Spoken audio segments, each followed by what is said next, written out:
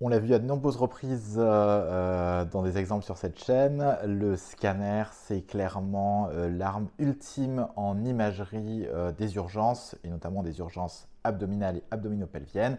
Et là encore, je vous propose de regarder ensemble un cas qui montre tout l'intérêt pour effectuer un diagnostic rapide, efficace, dans un contexte d'urgence vitale. C'est parti!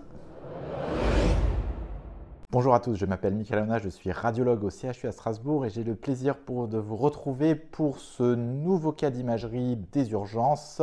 Il s'agit d'une femme d'environ 80 ans qui a comme antécédent une HTA, diabète, surpoids, rien de particulier. Elle a été opérée récemment d'une prothèse totale de hanche il y a environ un mois et elle se présente aux urgences pour des douleurs abdominales diffuses qui ont débuté il y a environ 24 heures dans un terrain de constipation chronique suite à l'opération et aux antalgiques qui ont été administrés pendant l'opération. Et ces douleurs n'ont pas répondu à un traitement médicamenteux classique, Spasfon acupunctisquédant qui a été administré par son médecin traitant.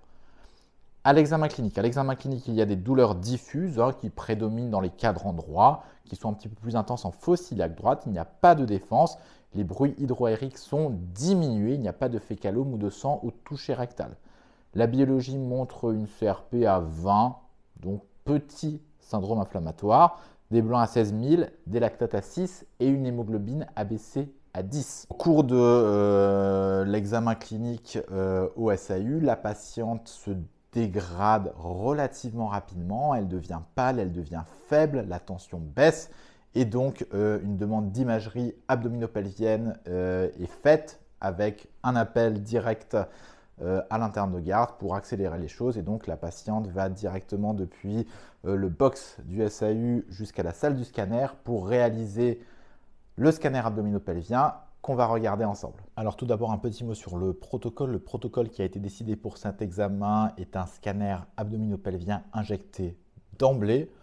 Alors honnêtement, c'est ce qui a été décidé, ça peut se discuter. On verra qu'avec ça, on arrive parfaitement à répondre à la question qui a été posée, à savoir l'étiologie des douleurs abdominales. Mais effectivement, chez une patiente âgée, donc plus de 80 ans, on peut faire moins attention à la dose. On n'a pas besoin de se limiter en termes de nombre de passages. Et ce que je vous conseille quand vous avez comme ça des douleurs abdominopelviennes, on va dire mal systématisées, avec pas vraiment d'orientation évidente, dans un contexte de mauvaise tolérance clinique et hémodynamique, et des lactates un peu augmentés, donc avec une arrière-pensée peut-être d'ischémie mésentérique ou de quelque chose du style. Voilà, chez des patients âgés, ce n'est pas la peine d'économiser de la dose ou du tube. Vous ne prenez pas la tête.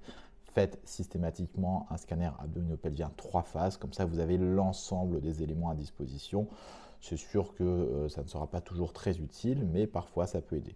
En tout cas, ici, ce qui a été décidé peut-être face à l'urgence, c'est de ne faire exclusivement qu'un scanner abdominopelvien injecté au temps portal, qu'on va regarder ensemble. Et on a déjà ici la reconstruction 3D qui nous est donnée automatiquement par le logiciel. Et vous voyez déjà que cette reconstruction 3D va nous donner la solution au cas clinique, puisque vous voyez ici l'aorte et la bifurcation iliaque, la bifurcation aortique et la bifurcation iliaque qui est peu opacifiée, c'est normal, on est sur un temps abdominopelvien. Et vous voyez ici une opacification d'une volumineuse structure probablement artérielle au niveau hilaire rénal droit. Probablement c'est par là que ça se passe. Et bien regardons maintenant les coupes axiales. Donc scanner abdominopelvien en coupe axiale, vous voyez que nous sommes sur un temps injecté portal, à peu près 90 secondes après injection. Ça reste quand même assez artériel et ça s'explique parce que la patiente étant en état de choc, elle circule un petit peu plus lentement. Prenons cette coupe va nous donner toutes les réponses aux questions. Donc sur cette coupe, qu'est-ce que nous voyons? Nous avons ici les loges rénales, donc le rétropéritoine avec ici l'aorte, ici le rein droit, ici le rein gauche. Regardons le rein gauche qui est un rein relativement normal pour une personne âgée, donc avec un cortex un peu aminci, quelques kystes, pas de dilatation des cavités pyélocalicielles, quelques petits kystes parapyéliques éventuellement, et surtout vous voyez que la graisse périrénale est parfaitement noir. A l'inverse, eh bien, du côté de la loge rénale droite, c'est complètement différent. Vous voyez déjà que le rein est mal positionné, il est dévié vers l'avant. Et vous voyez d'autre part que la loge rénale n'est plus du tout noire. Noire, c'est la densité de la graisse. Elle est de densité beaucoup plus élevée, hétérogène, avec une infiltration et une densité qui est importante. Donc ça, clairement, cette densité importante, qui aurait été aussi une densité élevée spontanément si on avait fait un examen sans injection de produit de contraste, ça, c'est du sang. C'est un hématome. Donc il y a un hématome rétropéritonéal dans la loge rénale droite. Quelle est l'origine de cet hématome? Eh bien, l'origine de cet hématome, c'est cette volumineuse structure artérielle anévrismale, vous voyez, qui prend le contraste, qui a des contours bien nets, bien réguliers, sans thrombus, et qui est développée aux dépens d'une branche artérielle hilaire. Vous la voyez ici, là, là et là.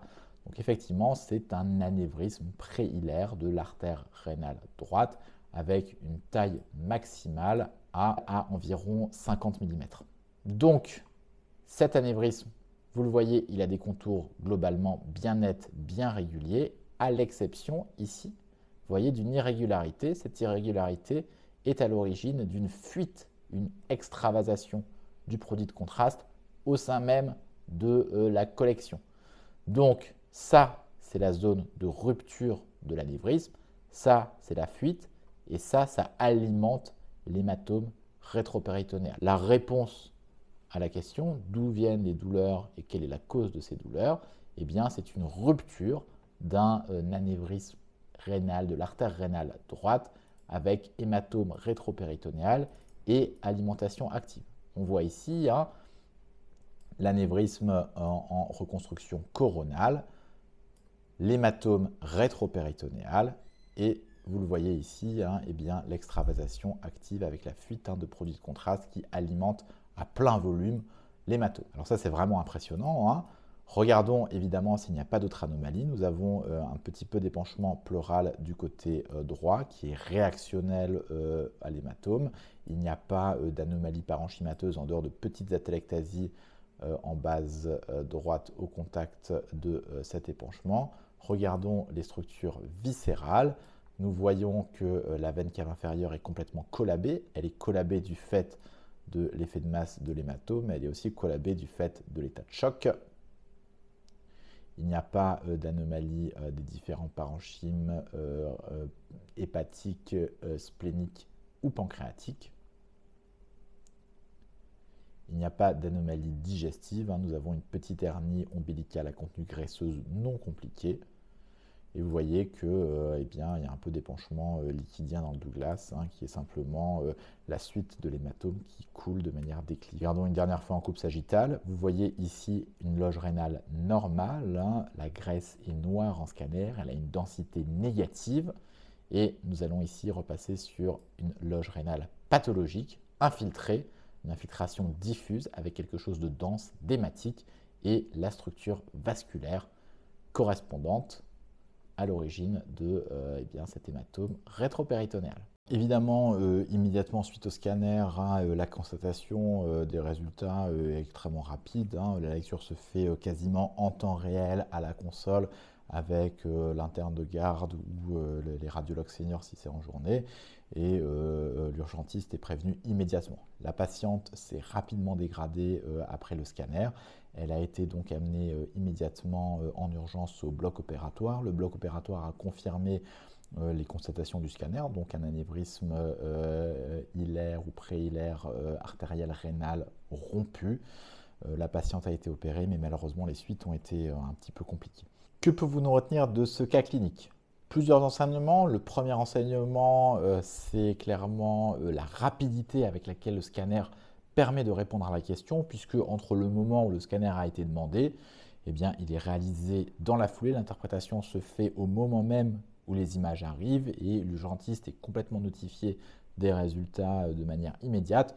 Donc le temps est comprimé au maximum et en une demi-heure environ, on peut tout à fait répondre à la question, ce qui a un avantage majeur dans ces situations qui peuvent, on l'a vu, se dégrader très rapidement. La seconde chose à retenir en termes de protocole, l'injection a été utile, mais finalement, même si on n'avait pas injecté, l'hématome rétropéritonéal se voit très facilement.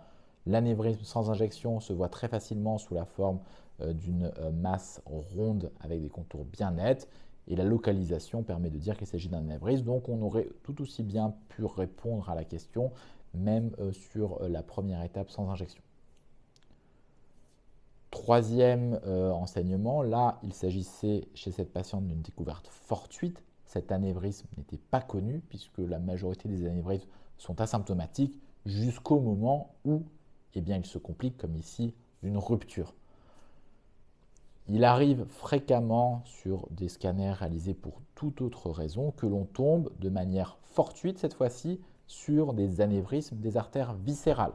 Ça peut être des anévrismes des artères rénales, des anévrismes des artères spléniques, de l'artère splénique, des anévrismes des artères viscérales comme le tronc cœliaque ou l'artère mésentérique supérieure. Ces anévrismes ne sont pas rares, mais les complications, elles, sont un peu plus rares. Des ruptures comme celle-ci sur des anévrismes viscéraux, c'est finalement, heureusement, relativement rare. Et donc, évidemment, quand on découvre un anévrisme d'une artère viscérale sur un scanner, il faut le décrire. Le décrire, c'est-à-dire sa localisation, sa taille, son aspect, est-ce qu'il est fusiforme, saxiforme, est-ce qu'il a du thrombus, est-ce qu'il est paroi calcifiée ou pas, est-ce qu'il y a des irrégularités au niveau de ses parois. Et après, derrière, la décision thérapeutique en quelque sorte, est-ce qu'on va simplement surveiller, est-ce qu'on va intervenir? Cette décision, elle n'est pas parfaitement codifiée. Nous manquons clairement d'études de grande ampleur sur ces pathologies qui sont des pathologies peu fréquentes.